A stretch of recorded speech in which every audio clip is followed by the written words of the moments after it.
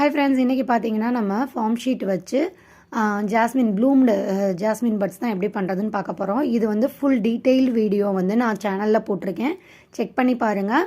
இதில் வந்து நான் 3 மினிட்ஸ்க்குள்ளே என்ன சொல்ல முடியுமோ அந்த இதை மட்டும் நான் கன்வே பண்ணியிருக்கேன்.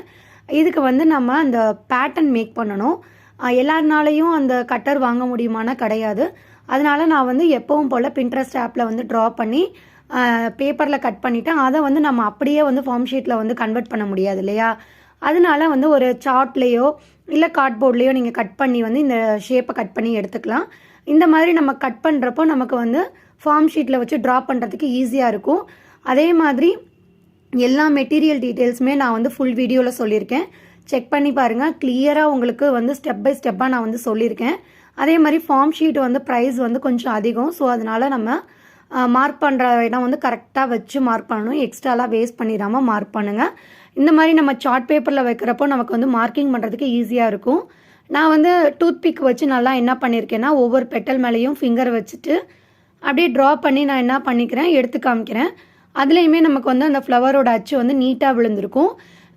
அதே மாதிரி பார்த்தீங்க அப்படின்னா, நீங்கள் இதை ஒரு பிஸ்னஸாக கொண்டு போகிறீங்க அப்படின்னா கொஞ்சம் வந்து நீங்கள் அந்த நம்ம கற்று காமிச்சோம் இல்லையா, அதை யூஸ் பண்ணிக்கோங்க, ஓகேங்களா?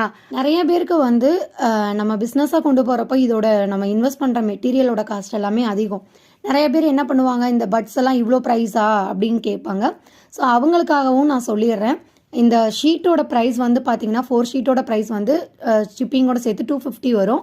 அதே மாதிரி நம்ம யூஸ் பண்ணுற மெட்டீரியல் எல்லாமே சேர்த்து நமக்கு காஸ்ட்டு அதிகமாக தான் வரும். ஸோ அதனால தான் இந்த பட்ஸோட ப்ரைஸ் வந்து ஒரு பட்டோட ப்ரைஸ் வந்து நமக்கு மேக்ஸிமம் 8 rupees வரைக்கும் சேல் பண்ணுறாங்க.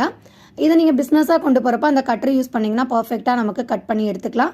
அதே மாதிரி கட்ரு வச்சும் நான் கட் பண்ணி காமிக்கிறேன் பாருங்கள். இதை வந்து நல்லா அழுத்தி ப்ரெஸ் பண்ணோன்னா எவ்வளோ வந்து பர்ஃபெக்டாக நமக்கு வந்து ஃப்ளவர் கிடச்சிருச்சுன்னு. இதை வந்து நம்ம கட் பண்ணுறது தான் மெயின் மெத்தடு.